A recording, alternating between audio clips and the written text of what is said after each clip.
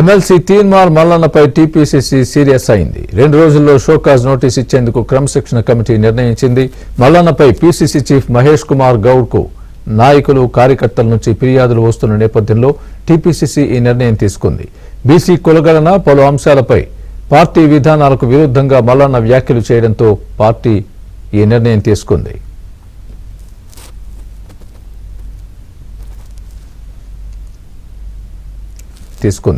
BC కులగణన పలు అంశాలపై పార్టీ విధానాలకు విరుద్ధంగా మల్లన్న వ్యాఖ్యలు చేయడంతో పార్టీ ఈ నిర్ణయం తీసుకుంది.